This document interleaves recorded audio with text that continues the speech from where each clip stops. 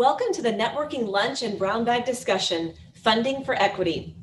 I am thrilled to have an esteemed panel of philanthropists join us today, including Paul Luna, the President and CEO of the Helios Education Foundation, and Terry Hansen, President and CEO of the Charles and Marjorie Barancik Foundation. They will share their perspectives on effective and impactful grant making that drives toward equity for students. Our panelists will share about the work they are doing to support COVID response and the importance of collaboration in strategically supporting students. I know our panelists will help us think creatively about our own roles as they reflect on their successes and challenges. I am eager to get started, and I know our time together is short. So I will turn it over now to Callie Riley, Portfolio Manager for Education Grantmaking at the Charles and Lynn Schusterman Family Foundation.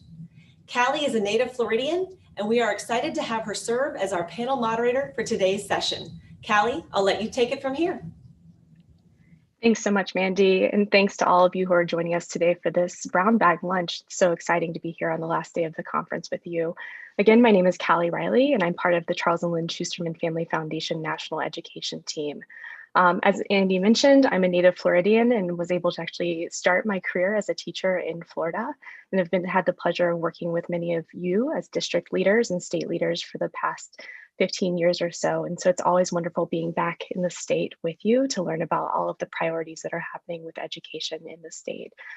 I'm so excited to have both Paul and Terry here with me. And so I'm going to go ahead and get into the questions today. So first, I'm going to ask Terry, if you'll start us out, to just provide an overview of your work, particularly around your COVID response, how you've collaborated with other support organizations. I know everybody's really curious to hear about that.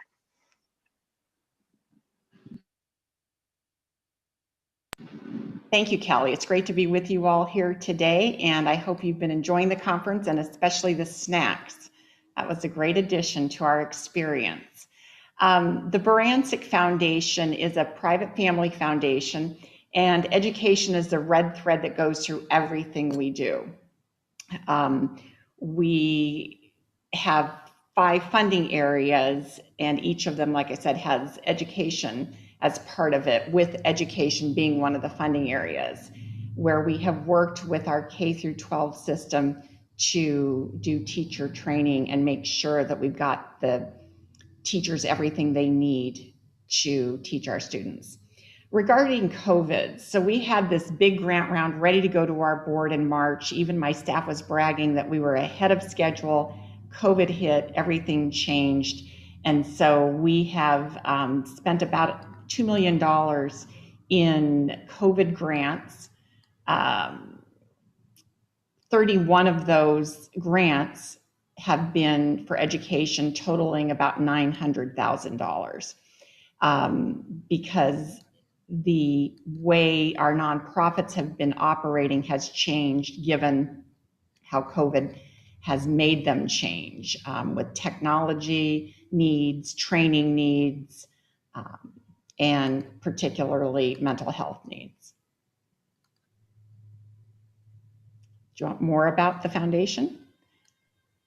We're working on First 1,000 Days, which is the 0 to 3-year-olds in our community, because we've got to get them ready for school. In the first 3 years, they're the most important in brain development and being ready for our school system. So we're heavily invested in K through 12, First 1,000 Days. We're now working with the district on how to get preschools, getting the kids ready to enter their system, and like I said, teacher training. Thanks so much, Terry.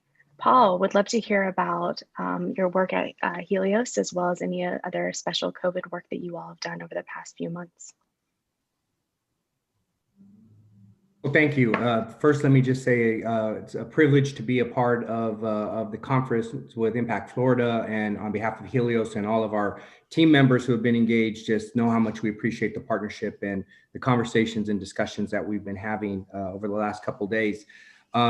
So thank you again. Yes, I'm Paul Luna, President and CEO of Helios Education Foundation, and Helios is a solely focused on education. We serve 2 states, Arizona and Florida, and we engage across the full education continuum. So much like what Terry was indicating, this idea that the importance of early education and supporting students successfully through the entire education pathway. But we're driven by a fundamental vision that every student in Arizona and Florida will be successful in post-secondary education.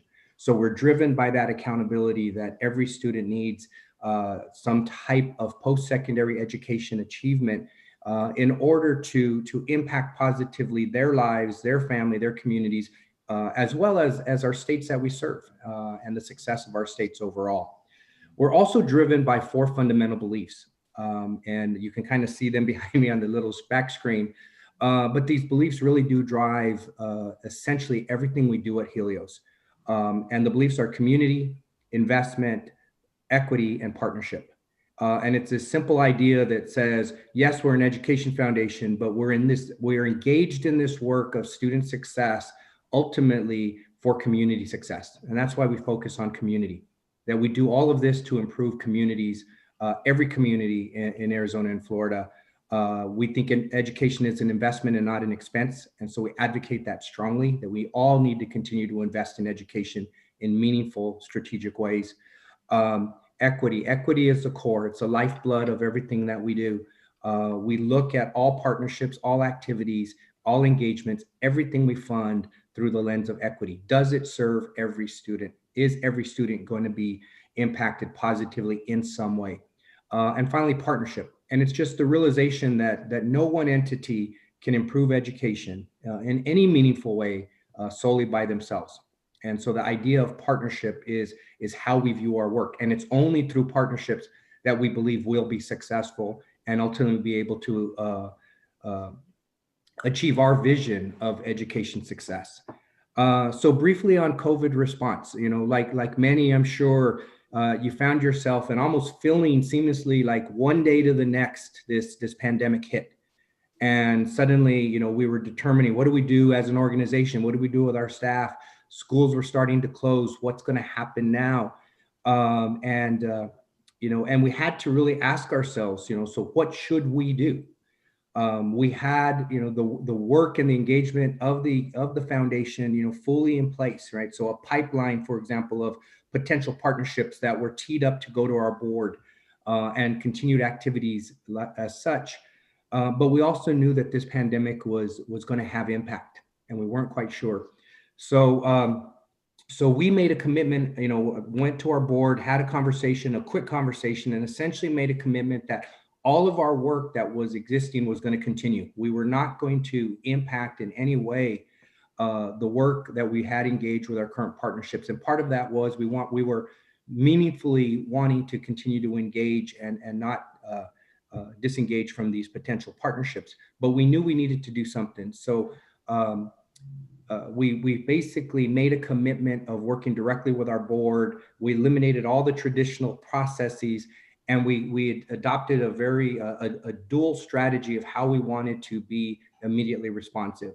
And so one I'll describe as kind of a community response, recognizing that though we're an education foundation, the impact of this pandemic on communities was going to be challenging, and early on, not even knowing what they were. So we reached out to community partners, and essentially across Arizona and Florida, in the largest metropolitan communities that we engage, we reached out to the community foundations and to the United Ways and the organizations that were establishing COVID response funds, and we made financial contributions to all of those organizations. And we thought that that was an immediate way to help and to support, to be a good corporate citizen and immediately support what we knew were going to be broad-based efforts to support the many needs. And then we sort of got strategic in the education way and said, what should our focus be? And we honed in on this idea of student success. And it really was built on this idea that Helios across Arizona and Florida is very much engaged in the college access and success network of work and activities. And through that effort over the last number of years, we felt we've helped a lot of students, maybe traditionally underserved students, get into post-secondary education, get into college, get into universities.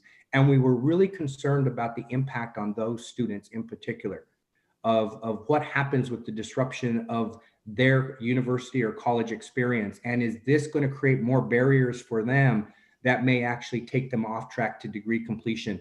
And so with that focus in mind, we went back to traditional partners like Take Stock in Children, who we've engaged with for many years, and tried to help them support these students, these types of students that we know they help.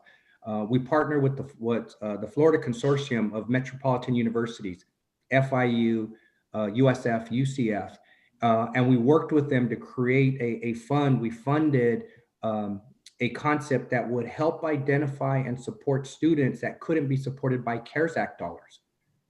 So maybe these were dreamer students or undocumented students.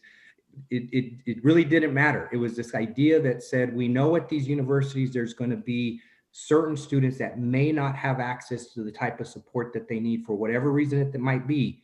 So we helped to create a fund that all 3 universities engaged with to support those types of students, primarily through the summer school, to keep them engaged, on track, and in school. And so that was kind of the way we engaged COVID and continue to then build on those concepts. Fantastic. I think what's so interesting is listening to both of you and thinking about how some of the core parts of your strategies were about being responsive to the community when we were trying to think about what does it mean to have equitable practices?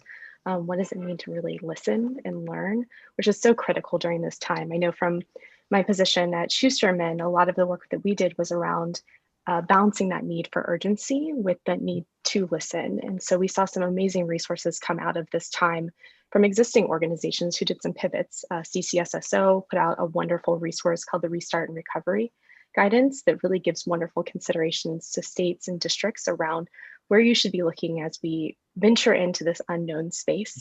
Student Achievement Partners put out a priority instructional content guidance document saying to high quality instructional materials providers, as you look at your materials and think about what comes next, how is it that we make sure that we attribute for or make up or account for some learning loss that may happen, but also moving kids forward so that they can be on grade level. So we feel like this is still in some ways a new normal, but maybe a little bit closer to a normal year. There's been so much focus, I think, during this conference, and Paul and Terry, I know that this is a huge part of the work that you do around the 5 conditions. And so, Terry, I'd love to hear a little bit about the work that your foundation does around the 5 conditions. I know you do a lot of work around teacher training and teacher support, and where you've kind of doubled down this time and where maybe the work has expanded going forward. Thank you. Can you hear me? Yes. Okay. Thank you.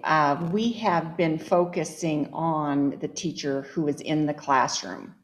And so much of our work has changed the way Sarasota County School District now does their training.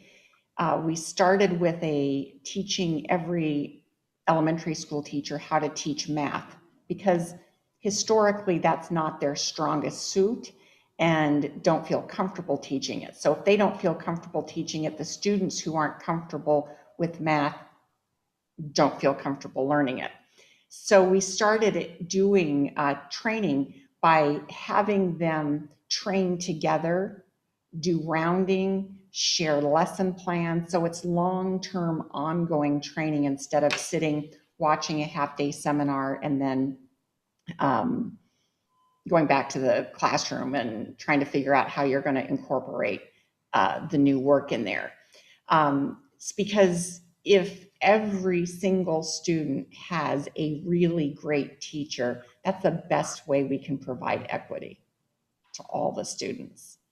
And so we have focused on that. We focused on Reading Recovery, which is a program out of Ohio State University, to make sure that the kids who score at the bottom of reading when they get into first grade are immediately swept up and taken and have one-on-one training.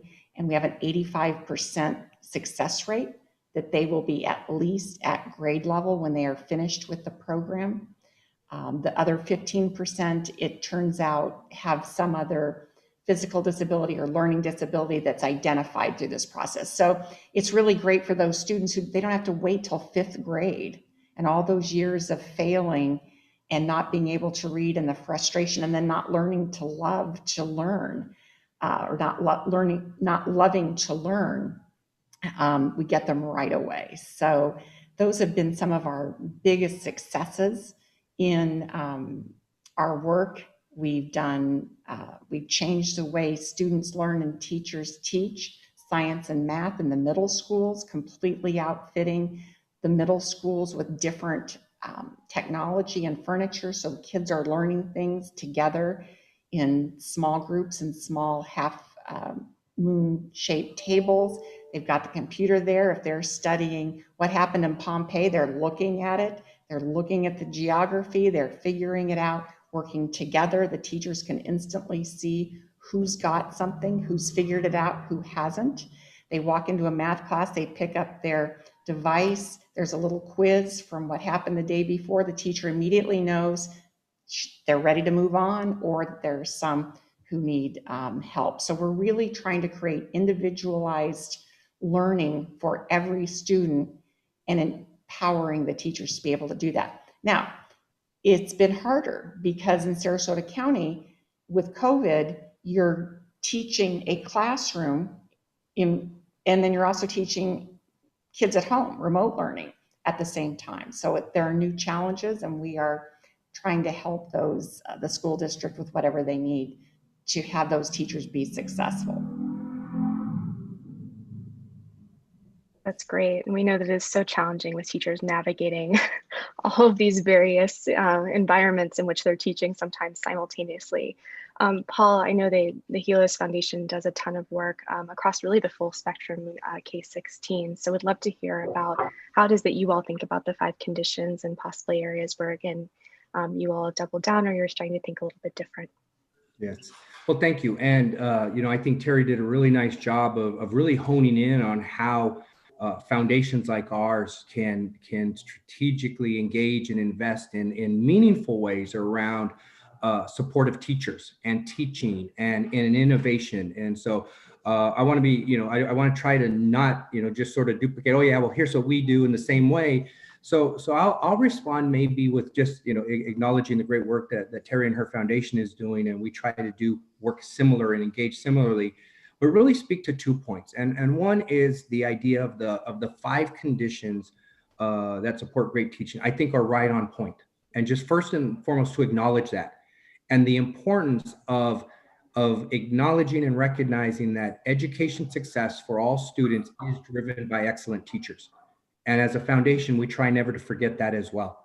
That the teacher in the classroom is, through all research, through all understanding, I think what we know inherently is the importance and the impact of that great teacher. And so to be able to define very specifically these 5 conditions that we're working for, I think helps all of us to align our efforts, because these types of conditions essentially say, if our teacher engagement strategies aren't specifically aligned to one of these 5 conditions, then we probably have to rethink what we're doing and question whether or not we're doing the right thing. The other comment I'll make is that I think these 5 conditions also can be used more broadly as well. I mean, they're almost as an overlay, the 5 conditions for how we improve education overall. When you talk about a shared vision, rigorous curriculum, and the commitment to learning and training, the importance of leadership and empowering leadership, and then being data-driven. Those are fundamental conditions that not only to make great teachers, but also to make a great education system. And so to adopt those principles, I know as I've come to better understand them and see how they apply, I think they're going to have a meaningful impact on how we think about our work. One specific example about engaging in this space that we've invested in, that we're really monitoring, is acknowledging that the environment for teachers has changed. So we start to talk more and more, and you look at education systems across the 2 states of Arizona and Florida that we serve, but essentially across the country. What is factual and easy to understand is that as of right now, students are not necessarily in the classroom and they're not physically there, or there's a combination and everyone's doing it a little bit differently. And this need to adapt is really important. But our teachers are the ones that are having to make all of those adjustments. And one of the key adjustments is for teachers to learn how to teach online. So we've been supporting and funding professional development specifically on helping teachers develop the tools they need to be better teachers in this new online environment. You know, thinking about a teacher might be a great teacher and feel confident for all they've learned in the classroom when their students are right there in front of them, but it's a different skill set. It's a different understanding. There are different techniques when we're doing it online. So how do we help and support our teachers, especially in rural communities or underserved, more low-income communities who may not have access to that type of teacher training? How do we make sure those teachers get the support that they need? That's great. I completely agree, Paul. And I think that that brings me to my next question, which is that this is a learning time for all of us. So I know that in our foundations, a lot of times we set strategies and we say this is our 1 year, 2 year, 3 year, many times it's a multi-year strategy. And this year has just been so dramatically different for all of us.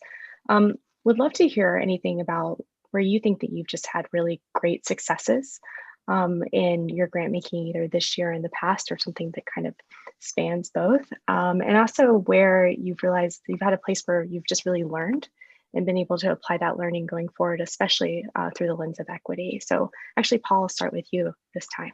You give Terry a little bit of extra time. Give Terry a little bit of chance to. Yeah.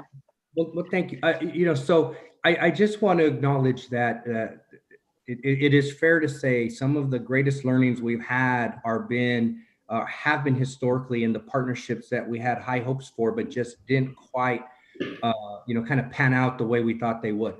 And whether they were small investments or large investments, you know, the reality is not everything works, or not everything has the impact we had hoped for.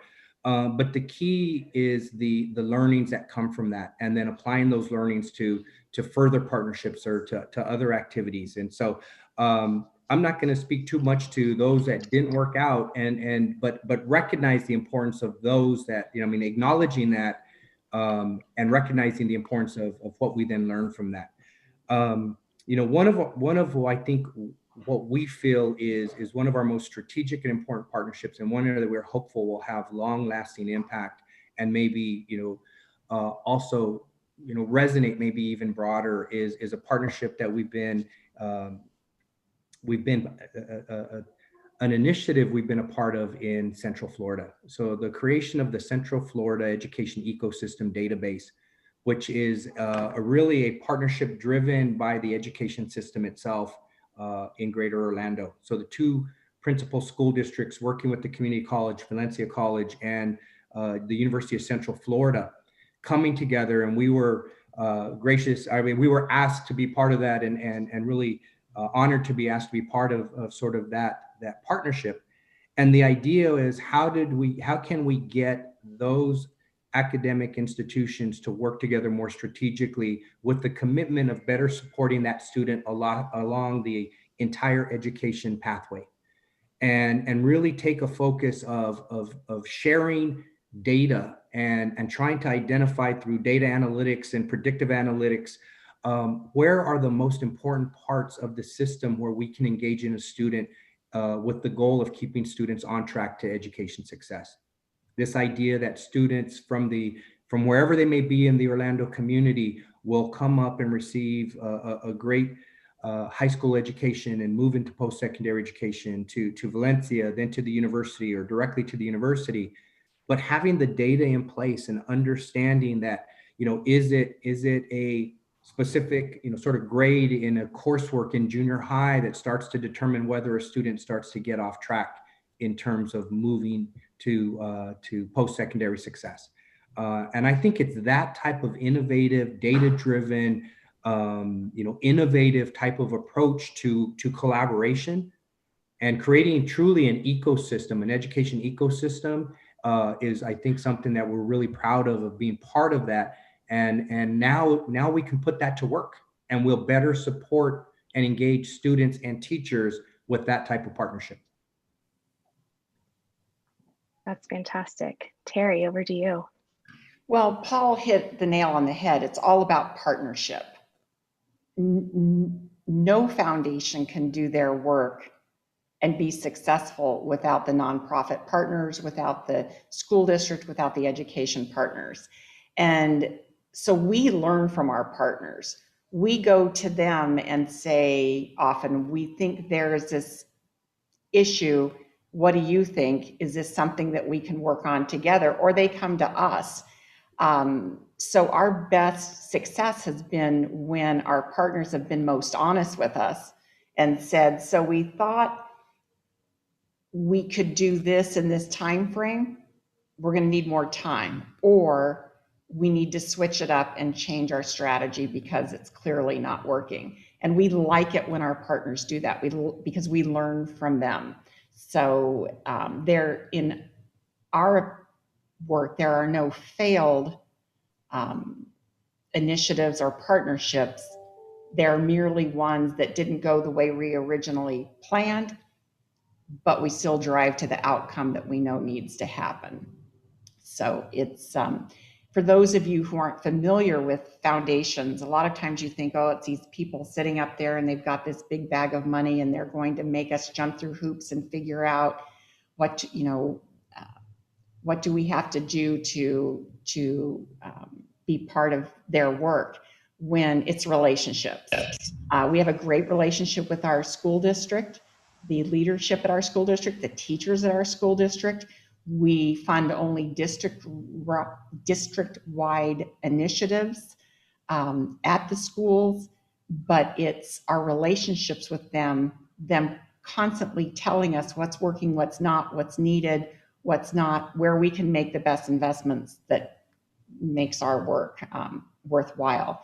I always say we're just money. When we put it in the hands of a school district or a nonprofit, that's where the magic happens, because they make it happen and they help the people who need to be helped. So I would say partnership and relationships are the two keys when working with us. And I know the same thing with Paul, because I've worked with Helios and his great staff. Thank you. It's wonderful to hear both of you talk about your foundations and really your philosophy around giving, partnership, communication. I think that's so important. Paul, you're a highlight of the data collaborative or ecosystem.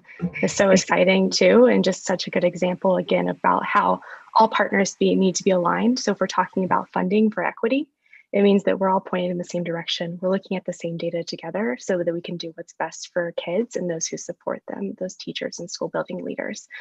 So I think that actually my time with you might be coming to a close, and that I will be handing it back over to Mandy to move us on to the next session. Is that right, Mandy?